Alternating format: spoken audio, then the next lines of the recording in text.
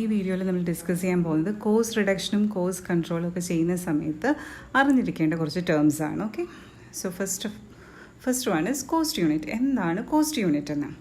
Cost unit is a unit of product or service in relation to which cost may be ascertained or expressed for the purpose of cost control and cost reduction. അതായത് cost കൺട്രോളും cost reduction ചെയ്യുമ്പോൾ നമുക്ക് cost ascertain ചെയ്യണം. Cost എത്രയാണെന്ന് മനസ്സിലാവുകയാണെങ്കിൽ മാത്രമേ നമുക്ക് എന്ത് ചെയ്യാൻ പറ്റൂ, കോസ്റ്റ് കൺട്രോൾ ചെയ്യാനും അല്ലെങ്കിൽ കോസ്റ്റിനെ റെഡ്യൂസ് ചെയ്യാനും പറ്റും. അപ്പോൾ കോസ്റ്റ് അസർടൈൻ ചെയ്യുന്ന ആ യൂണിറ്റ്, അതായത് whether we ascertain the cost for 1 kg or 1 liter or 1 meter, അപ്പോൾ അതിനെയാണ് നമ്മൾ എന്തെന്ന് പറയുന്ന കോസ്റ്റ് യൂണിറ്റ്. നമ്മളൊരു പ്രോഡക്റ്റിൻ്റെ അല്ലെങ്കിൽ ഒരു സർവീസിൻ്റെ കോസ്റ്റ് അസർടൈൻ ചെയ്യുന്നത് ഏത് യൂണിറ്റിൻ്റെ ബേസിലാണ്, അതിനെയാണ് എന്തെന്ന് പറയുന്നത് കോസ്റ്റ് യൂണിറ്റ് എന്ന് പറഞ്ഞത്. നമ്മൾ ആദ്യം കണ്ട എക്സാമ്പിളിൽ ആദ്യം നമ്മൾ 100 കേക്ക്സിൻ്റെയൊക്കെ കാൽക്കുലേറ്റ് ചെയ്ത് കോസ്റ്റ് എത്രയാണെന്ന് ഫൈനലി നമ്മൾ ഒരു കേക്കിൻ്റെ കോസ്റ്റ് കാൽക്കുലേറ്റ് ചെയ്ത്, അതാണ് കോസ്റ്റ് ഫോർ 1 കേക്ക്. അതിനെയാണ് കോസ്റ്റ് യൂണിറ്റ് എന്ന് പറയുന്നത്. പിന്നെ കോസ്റ്റ് യൂണിറ്റ് 2 ടൈപ്പ് ഉണ്ട്. One is simple cost unit and the other one is composite cost unit. Simple cost unit എന്ന് പറഞ്ഞാൽ ഇത്രയേ ഉള്ളൂ. It's a unit which is expressed in A single base. അതൊരു single ബേസിൽ express ചെയ്യുന്ന cost യൂണിറ്റിനെയാണ് നമ്മൾ എന്തെന്ന് പറയാറുള്ളത്, സിമ്പിൾ കോസ്റ്റ് യൂണിറ്റ്. അതായത് കോസ്റ്റ് പെർ കേക്ക്, അതൊരു സിമ്പിൾ കോസ്റ്റ് യൂണിറ്റ് ആണ്. അല്ലെങ്കിൽ കോസ്റ്റ് പെർ കിലോഗ്രാം, അവിടെ കിലോഗ്രാം എന്ന് പറഞ്ഞ ഒരു സിമ്പിൾ യൂണിറ്റ് മാത്രമേ ഉള്ളൂ, ഒറ്റ ഒരു സിംഗിൾ യൂണിറ്റ് മാത്രമേ ഉള്ളൂ. അല്ലെങ്കിൽ കോസ്റ്റ് പെർ ലിറ്റർ, അവിടെയും ഒരു സിംഗിൾ യൂണിറ്റ് മാത്രമേ ഉള്ളൂ, ലിറ്റർ എന്ന് പറയുന്നത്. അതിനെയാണ് സിമ്പിൾ കോസ്റ്റ് യൂണിറ്റ് എന്ന് പറയുന്നത്. Next is composite cost unit.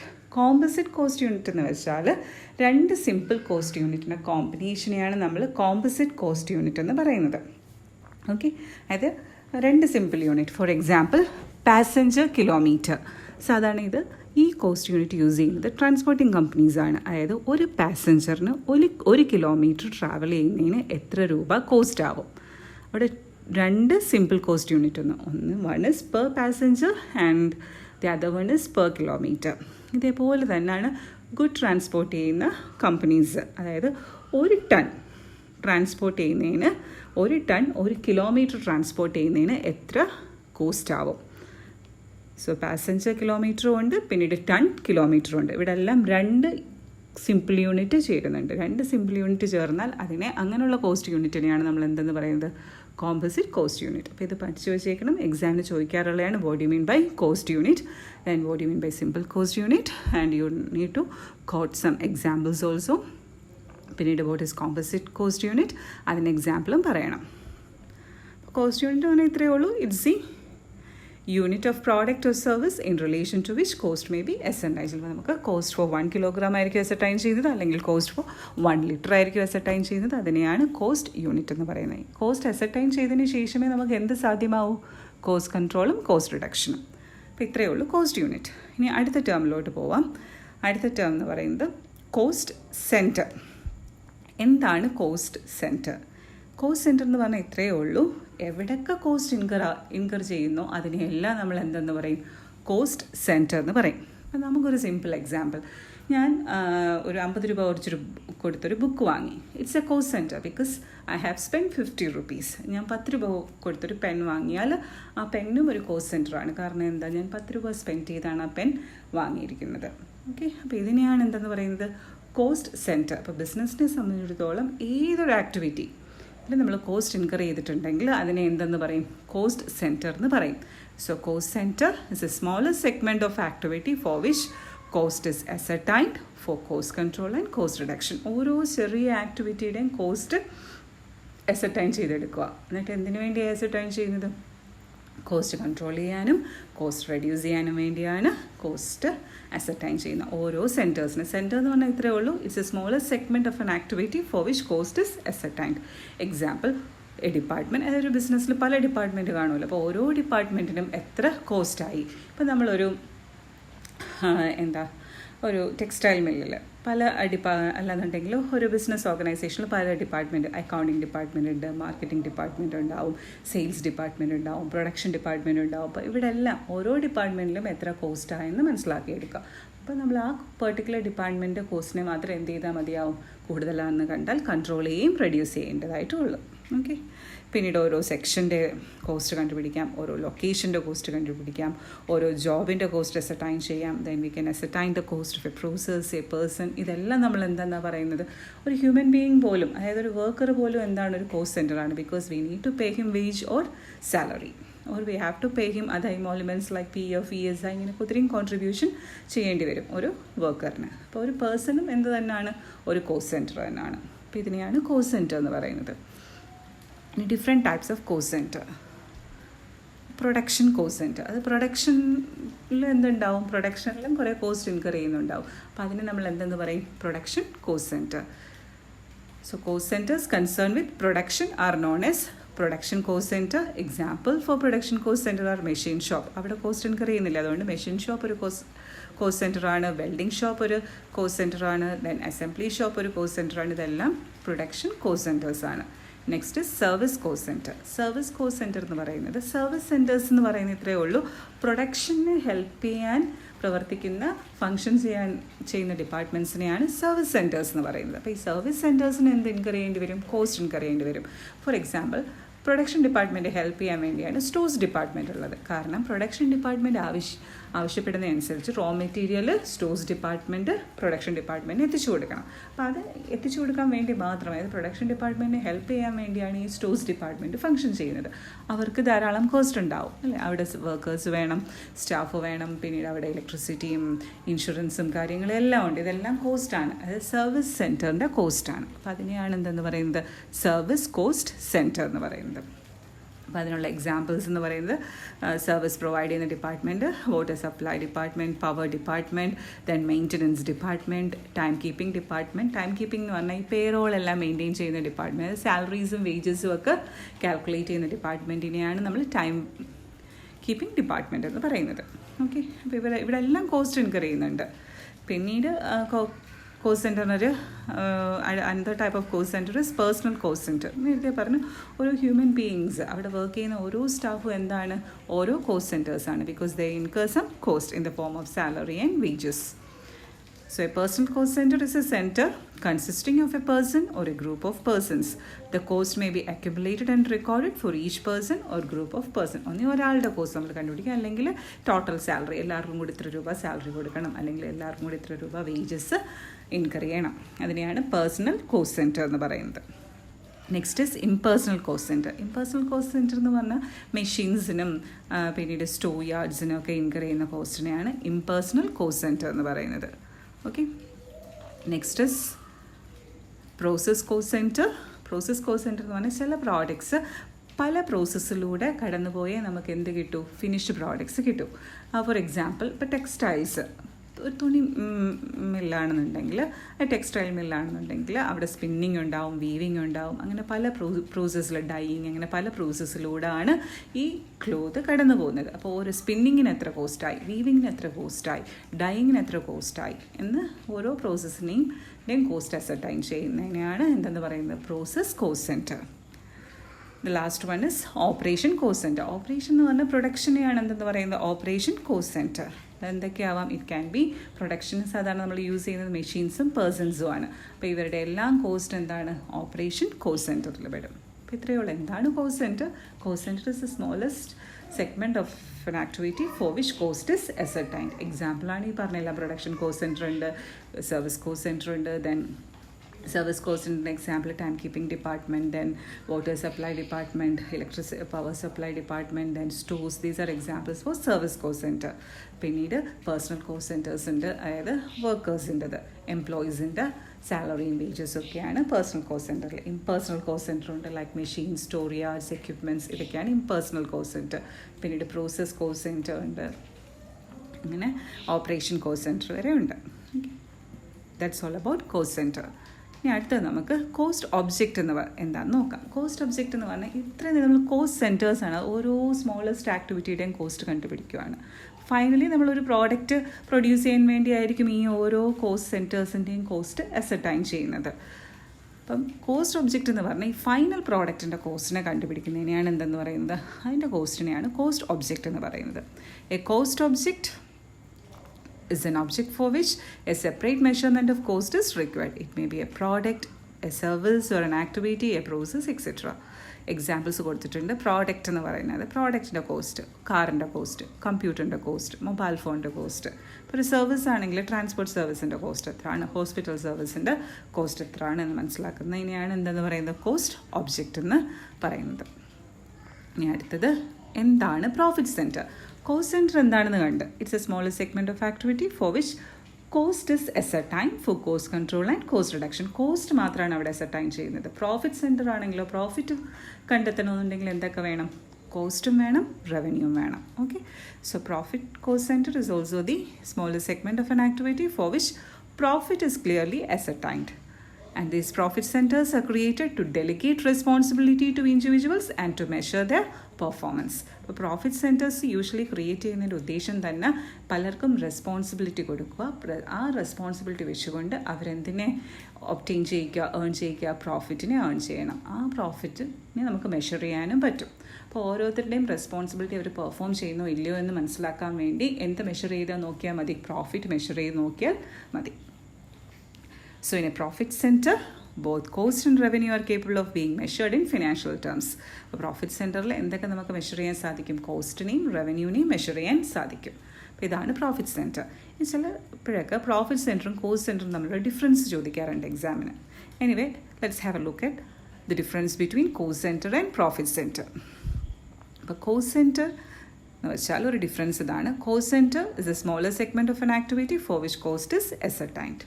Profit centre ആണെങ്കിലോ it's a smaller segment of activity for which profit is അസർടൈൻഡ്.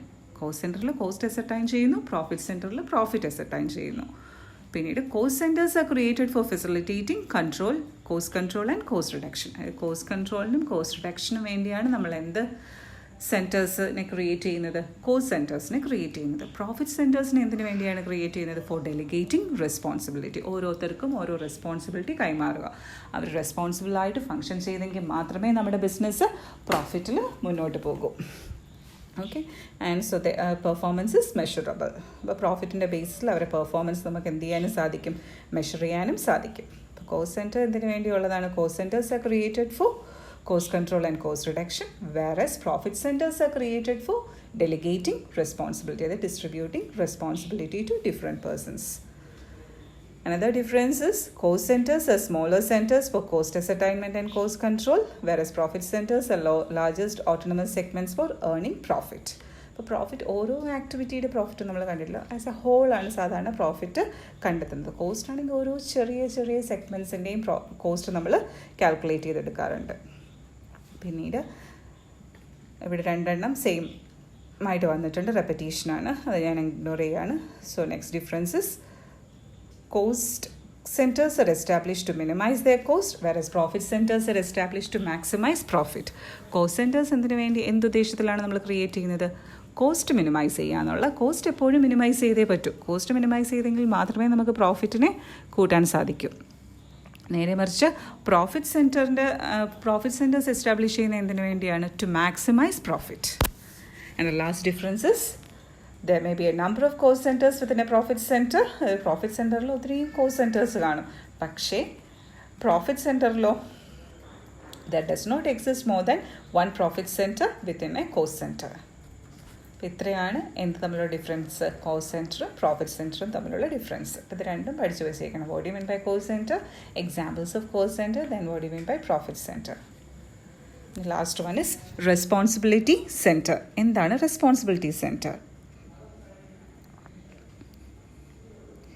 A responsibility center is a unit of function of an organization headed by a manager having direct responsibility for its performance. അതായത് ഓരോ സെൻറ്റേഴ്സിൻ്റെയും responsibility ഓരോ മാനേജറിനെ ഏൽപ്പിക്കും. So and this manager will have the complete responsibility for its performance. അപ്പോൾ ആ ഒരു department അല്ലെങ്കിൽ ആ സെൻറ്ററിൻ്റെ പെർഫോമൻസിൻ്റെ കംപ്ലീറ്റ് റെസ്പോൺസിബിലിറ്റി ആ പെർട്ടിക്കുലർ മാനേജറിനായിരിക്കും. ഇതിനെയാണ് എന്തെന്ന് പറയുന്നത്, റെസ്പോൺസിബിലിറ്റി സെൻറ്റർ എന്ന് പറയുന്നത്. ഇപ്പോൾ കോസ്റ്റ് സെൻറ്ററും ഒരു റെസ്പോൺസിബിലിറ്റി സെൻറ്ററാണ്. എന്തുകൊണ്ടാണ്, ആ സെൻറ്ററിനെ ഹെഡ് ചെയ്യുന്ന മാനേജറിൻ്റെ റെസ്പോൺസിബിലിറ്റി എന്താണ്, കോസ്റ്റിനെ അസർടൈൻ ചെയ്യുക, പിന്നീട് കോസ്റ്റ് കൺട്രോളും കോസ്റ്റ് റിഡക്ഷനും എല്ലാം നടത്തുക, പിന്നീട് കോസ്റ്റിനെ മിനിമത്തിൽ കൊണ്ട് നിർത്തണം. ഇതൊക്കെയാണ് കോസ്റ്റ് സെൻറ്റർ ഹെഡ് ചെയ്യുന്ന മാനേജറിൻ്റെ responsibility. So cost centre is also a responsibility centre. അതുപോലെ തന്നെ റവന്യൂ സെൻറ്റർ, അതും ഒരു റെസ്പോൺസിബിലിറ്റി സെൻറ്ററാണ്. അത് ഹെഡ് ചെയ്യുന്ന മാനേജറിൻ്റെ റെസ്പോൺസിബിലിറ്റി എന്തായിരിക്കും, to increase the revenue, to maximise the revenue. അതാണ് റവന്യൂ സെൻറ്ററിൽ ഹെഡ് ചെയ്യുന്ന മാനേജറിൻ്റെ responsibility. Revenue center is a smaller segment of activity or an area of responsibility for which only revenues are accumulated. Revenue കൂട്ടിക്കൊണ്ടേ ഇരിക്കുക. Next profit centre. Profit സെൻറ്ററിൽ head ചെയ്യുന്ന manager responsibility എന്തായിരിക്കും? പ്രോഫിറ്റിനെ വർദ്ധിപ്പിക്കുക, പ്രോഫിറ്റിനെ increase ചെയ്യുക. So a profit center is an organizational subunit or smaller segment of an activity for which profit is ascertained by recording both revenue and cost. Profitനെ ascertain ചെയ്യുക and profitനെ maximize ചെയ്യുക. എങ്ങനെയാണ് profitനെ ascertain ചെയ്യേണ്ടത്? He has to record the revenue and cost and compare revenue with cost. പിന്നീട് profitനെ maximize ചെയ്യുകയും വേണം. Okay. Next is investment center. അതായത് നമ്മൾ ഓർഗനൈസേഷനിൽ ഇൻവെസ്റ്റ്മെൻറ്റ് നടത്തും, പ്ലാന്റ് ആൻഡ് മെഷീനറിയിലും അതായത് ഫിക്സ്ഡ് അസറ്റിൽ ഇൻവെസ്റ്റ്മെൻറ്റ് നടത്തും. ഇൻവെസ്റ്റ്മെൻറ്റ് നടത്തുന്നത് എന്തിനു വേണ്ടിയാണ്? അതിൽ നിന്നും ബെറ്റർ റിട്ടേൺ പ്രൊഡ്യൂസ് ചെയ്യാൻ വേണ്ടി അല്ലെങ്കിൽ ബെറ്റർ റിട്ടേൺ ഏൺ ചെയ്യാൻ വേണ്ടിയാണ് നമ്മൾ ഇൻവെസ്റ്റ്മെൻറ്റ് നടത്താറുള്ളത്. അപ്പം ഞാൻ ആദ്യം പറഞ്ഞ എക്സാമ്പിൾ തന്നെ മാനുവലായിട്ട് കേക്കിൻ്റെ ആ ഇൻഗ്രീഡിയൻസ് മിക്സ് ചെയ്യുന്നതിനെക്കാട്ടി നല്ലത് നമ്മളൊരു മെഷീനറി വാങ്ങാൻ തീരുമാനിച്ചാൽ ആ മെഷീനറി കൊണ്ട് മിക്സ് ചെയ്യുന്ന കേക്ക് പർച്ചേസ് ചെയ്യാനായിട്ട് കൂടുതൽ കസ്റ്റമേഴ്സിന് നമുക്ക് കിട്ടുകയാണെന്നുണ്ടെങ്കിൽ, കാരണം ടേസ്റ്റി ആയിട്ടുള്ള കേക്ക് പ്രൊഡ്യൂസ് ചെയ്യാം, ബേക്ക് ചെയ്യുക എന്നുള്ള ഉദ്ദേശത്തിലാണ് നമ്മൾ ഈ മെഷീനറിയിൽ ഇൻവെസ്റ്റ് ചെയ്യുന്നത്. അതിൽ നിന്ന് എന്ത് കൂടിയിരിക്കണം? ഏർണിങ്സ് കൂടിയിരിക്കണം. അല്ലാതെ പണ്ട് മാനുവലായിട്ട് ബേക്ക് ചെയ്യുന്ന കേക്കിനെക്കാട്ടി കുറച്ച് സെയിലേ ഈ മെഷീൻ വെച്ച് പ്രൊഡ്യൂസ് ചെയ്യുന്ന കേക്കിന് കിട്ടുള്ളതെങ്കിൽ അവിടെ എന്തില്ല, അവിടെ ഏർണിങ്സ് ഒന്നും തന്നെ ഇൻക്രീസ് ആയിട്ടില്ല. അപ്പോൾ ഇൻവെസ്റ്റ്മെൻറ്റ് സെൻറ്ററിൽ ഹെഡ് ചെയ്യുന്ന മാനേജറിൻ്റെ റെസ്പോൺസിബിലിറ്റി എന്ന് പറയുന്നത് നമ്മൾ നടത്തുന്ന ഇൻവെസ്റ്റ്മെൻറ്റിൽ നിന്നും ബെറ്റർ റിട്ടേൺ പ്രൊഡ്യൂസ് ചെയ്യുക എന്നുള്ളതാണ്. Okay, so it's a segment of activity responsible for properly utilizing the assets of the center. നമ്മൾ ഇൻവെസ്റ്റ് ചെയ്തിരിക്കുന്ന അസറ്റിനെ പ്രോപ്പറായിട്ട് യൂസ് ചെയ്യുക. And the manager of each investment centre is expected to earn a fair return on the investment on the assets in the centre. അപ്പോൾ ആ അസറ്റിൽ നിന്ന് fair return, maximum return earn ചെയ്തെടുക്കുക എന്നുള്ളതാണ് ആ സെൻറ്ററിനെ ഹെഡ് ചെയ്യുന്ന മാനേജറിൻ്റെ responsibility. And last one is contribution centre. ഈ കോൺട്രിബ്യൂഷൻ എന്ന് പറഞ്ഞ ടേം നിങ്ങൾ ഇനി വരുന്ന മോഡ്യൂൾസിലെ മനസ്സിലാക്കിയെടുക്കുക. അതും ഈ സെമസ്റ്ററിലല്ല. കോൺട്രിബ്യൂഷനെ കുറിച്ചൊക്കെ നിങ്ങൾ പഠിക്കാൻ പോകുന്നത് 6th സെമ്മിലാണ്. എനിവേ ഇവിടെ ജസ്റ്റ് ഞാനൊരു മീനിങ് മാത്രം പറഞ്ഞുതരാം. കൂടുതൽ നിങ്ങൾ 6th സെമസ്റ്ററിലെത്തുമ്പോൾ എന്താണ് കോൺട്രിബ്യൂഷൻ എന്നല്ല നല്ല രീതിയിൽ മനസ്സിലാക്കിയെടുക്കാൻ സാധിക്കും. ഇത്രയേ ഉള്ളൂ. കോൺട്രിബ്യൂഷൻ എന്ന് പറയുന്നത് difference between sales and variable cost ആണ് കോൺട്രിബ്യൂഷൻ. സാധാരണ ഈ കോസ്റ്റിങ്ങിൽ നമ്മൾ പ്രോഫിറ്റ് കണ്ടെത്തുന്നത് ഇങ്ങനെയാണ്: സെയിൽസിൽ നിന്നും കോസ്റ്റ് കുറയ്ക്കുക. അപ്പം നമുക്ക് എന്ത് കിട്ടും? പ്രോഫിറ്റ്. ഈ കോസ്റ്റ് കുറയ്ക്കുക എന്ന് ഞാൻ പറഞ്ഞില്ല. ഈ കോസ്റ്റ് 2 ടൈപ്പ് ഓഫ് കോസ്റ്റാണുള്ളത്. നമ്മുടെ ബിസിനസ്സിൽ ഇൻകർ ചെയ്യുന്ന എല്ലാ കോസ്റ്റുകളെയും കൂടെ നമ്മൾ 2 ആയിട്ടും ക്ലാസിഫൈ ചെയ്യും. One is fix cost and the other one is variable cost. Okay, ഇപ്പോൾ total cost means fix cost plus variable cost. അതിനകത്ത് എല്ലാ കോസ്റ്റും വന്നു കഴിഞ്ഞു. അപ്പം കോൺട്രിബ്യൂഷൻ എന്ന് പറഞ്ഞാൽ ഇത്രയേ ഉള്ളൂ. സെയിൽസിൽ നിന്നും നമ്മൾ ഏത് കോസ്റ്റിനെ മാത്രമേ മൈനസ് ചെയ്യുന്നുള്ളൂ? ആദ്യം ഫസ്റ്റ് സ്റ്റെപ്പിൽ അല്ലെങ്കിൽ ഫസ്റ്റ് സ്റ്റേജിൽ വേരിയബിൾ കോസ്റ്റിനെ മാത്രമേ ഡിഡക്റ്റ് ചെയ്യുന്നുള്ളൂ. അപ്പോൾ കിട്ടുന്ന റിസൾട്ടിനെയാണ് നമ്മൾ കോൺട്രിബ്യൂഷൻ എന്ന് പറയുന്നത്. അപ്പോൾ കോൺട്രിബ്യൂഷൻ തന്നെ പ്രോഫിറ്റ് ആവുന്നില്ല. കാരണം എന്താ? ഒരു പോർഷൻ ഓഫ് കോസ്റ്റ് മാത്രമേ നമ്മൾ ഇൻകത്തിൽ നിന്ന് സെയിൽസിൽ നിന്ന് മൈനസ് ചെയ്തോളൂ, ഡിഡക്റ്റ് ചെയ്തോളൂ. ഏത് കോസ്റ്റിനെ മാത്രം? വേരിയബിൾ കോസ്റ്റിനെ മാത്രം. അപ്പം കിട്ടുന്ന ആ ഫിഗറിനെയാണ് നമ്മൾ എന്തെന്ന് പറയുന്നത്? കോൺട്രിബ്യൂഷൻ എന്ന് പറയുന്നത്. പ്രോഫിറ്റിൽ അറിയുകയാണെങ്കിൽ പിന്നീട് ബാക്കി കിടക്കുന്ന ഫിക്സ് കോസ്റ്റിനെയും കൂടെ റിമൂവ് ചെയ്താലേ നമുക്ക് എവിടെ എത്തിച്ചേരാൻ പറ്റൂ? പ്രോഫിറ്റിൽ.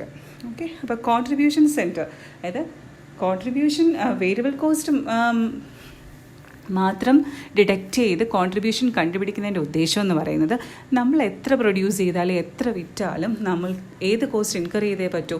ഫിക്സ്ഡ് കോസ്റ്റ് ഇൻകർ ചെയ്തേ പറ്റൂ. വേരിയബിൾ കോസ്റ്റ് എന്ന് പറയുന്നത് നമ്മുടെ വോള്യൂം ഓഫ് പ്രൊഡക്ഷനെ ആശ്രയിച്ചിരിക്കും വേരിയബിൾ കോസ്റ്റ്. അതുകൊണ്ടാണ് അങ്ങനൊരു ഡിസിഷൻ നമ്മൾ എടുക്കുന്നത്, അങ്ങനൊരു സ്റ്റെപ്പ് നമ്മൾ ചെയ്യുന്നത്. ഡിസിഷനിൽ അങ്ങനൊരു സ്റ്റെപ്പ് നമ്മൾ ചെയ്യുന്നത്. So it's a segment of activity or an area of responsibility in which revenue is raised and variable cost is incurred to generate contribution. Contribution, അതായത് പോസിറ്റീവ് കോൺട്രിബ്യൂഷൻ എന്തെങ്കിലും കിട്ടണം, പോസിറ്റീവ് കോൺട്രിബ്യൂഷനിൽ എത്തിച്ചേരണം. അതാണ് ആരുടെ റെസ്പോൺസിബിലിറ്റി? ഈ കോൺട്രിബ്യൂഷൻ സെൻറ്റർ ഹെഡ് ചെയ്യുന്ന മാനേജറിൻ്റെ responsibility. And contribution is the difference between sales and variable cost. അതായത് സെയിൽസിൽ നിന്ന് വേരിയബിൾ കോസ്റ്റ് ഡിഡക്റ്റ് ചെയ്യാനായാലും നമുക്കൊരു പോസിറ്റീവ് കോൺട്രിബ്യൂഷൻ ആയിരിക്കണം കിട്ടേണ്ടത്.